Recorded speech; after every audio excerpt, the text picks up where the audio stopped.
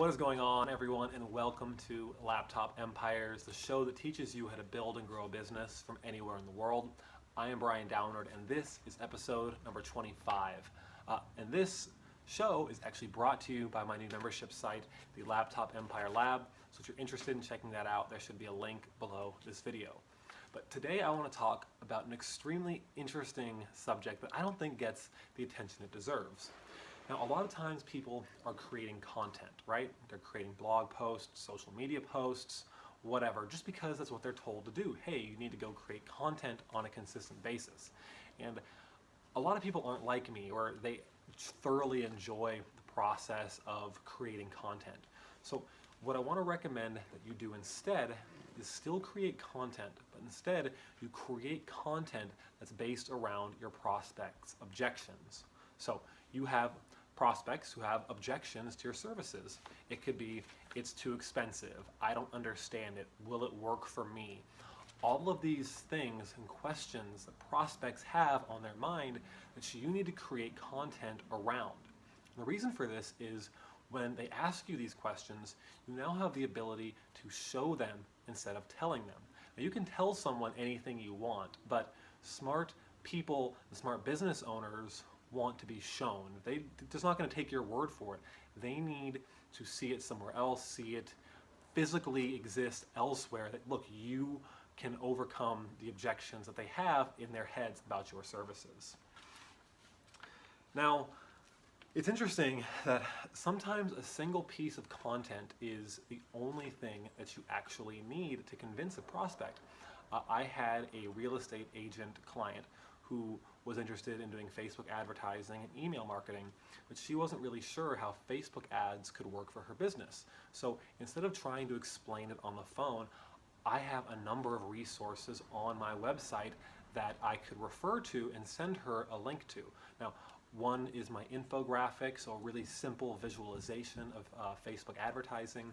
Another might be my video sales letter on Facebook ads. But again, it's about knowing who that prospect is, knowing what their current questions and objectives are, and then picking from the content you have to give to them. So in this case, the infographic was a perfect fit. She didn't have a deep understanding about what it was. She was already really interested. I didn't have to have her watch a whole video sales letter. I just said, look, here is this infographic. This is our process. Do you want to move forward? And that helped me close the deal. I didn't have to explain it because I was able to have her visualize it.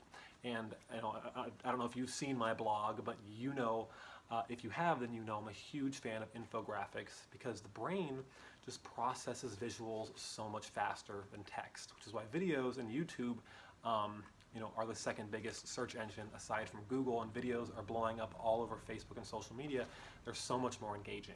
So when possible, use video, but if you're a little camera shy, you can do screen shares and things like that. But again, even infographics and things like blog posts work just as well. Now, one of my friends, John Schumacher, who I've had on this show in the past, shared something really interesting. And what he says is, with your content, your goal is really to teach away their objections. And you show them what's possible in the future if they work with you. So you're helping them understand their before, being sympathetic to where they are in their business, having an understanding of those pains and frustrations, and then teaching away the objections that they might have about coming to that next step or level in their business, not being able to invest properly, having the time or assets, whatever that might be. Your content becomes an extremely powerful way to educate and convince and close more marketing deals. So think about it like this. Your prospects likely know a lot less than you about marketing, right?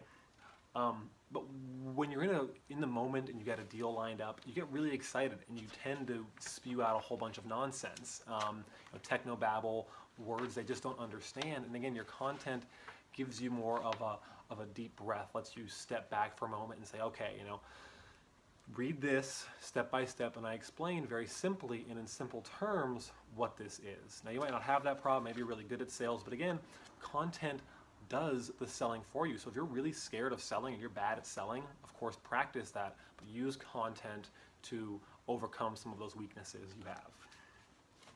Now, I've talked about the concept of pre-framing in the past. And this is essentially where you are establishing yourself as an expert in your prospects' minds and getting them excited to work with you before you even have that first phone call or meeting. And a big part of that is creating content and then sending them content, again, based on their objections. So I'm going to go through a quick list here of my favorite types of content that I use to overcome objections and what I almost always send new prospects and leads. So the first thing is case studies. Now, it's obvious. People want to know that you've done what you can say you do, and you've done it in the past successfully. So when you have a client success story, no matter how small, you need to publish a case study on that. That way, if you ever have a client in that space again or a prospect in that space again, all you need to do is say, hey, look what we did for your competitors, or again, it might not be a direct competitor because that wouldn't be very cool of you if you were taking businesses that competed directly with each other. You'd probably honestly get fired if you did that. But again, if it was a business like yours, in a couple cities over, or a few states over, or whatever that is, that case study helps them see and feel comfortable. Okay, they've done this in the past.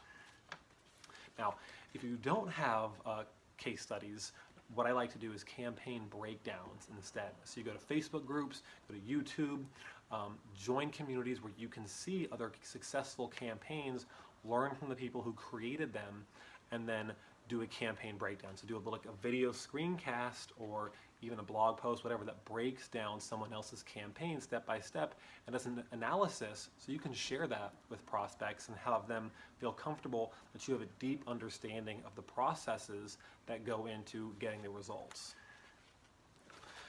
So I touched on infographics in the beginning, and that comes down to a big part of visualizing your service. So again, we're just visual creatures. We use our eyes to understand things quickly. And what visualization does is when you help someone understand this is step A, step B, step C, but visualize it and understand it in a couple of seconds, that's going to go a lot further than just having a long-winded proposal or testimonial or proposal or document that's just telling them a bunch of words they don't understand. Visualize what you do simply, and again, you can use things like infographics, videos, whatever, as long as it can clearly illustrate your process. Video sales letters. Now, I've done content on this show in the past, so I'm not going to talk too much about that. You can go back to previous episodes if you want to check out my video sales letter template. But essentially what you're doing is walking people through a process of understanding an old framework and a new framework and suggesting your services. Blog posts, other resources, so things like infographics again.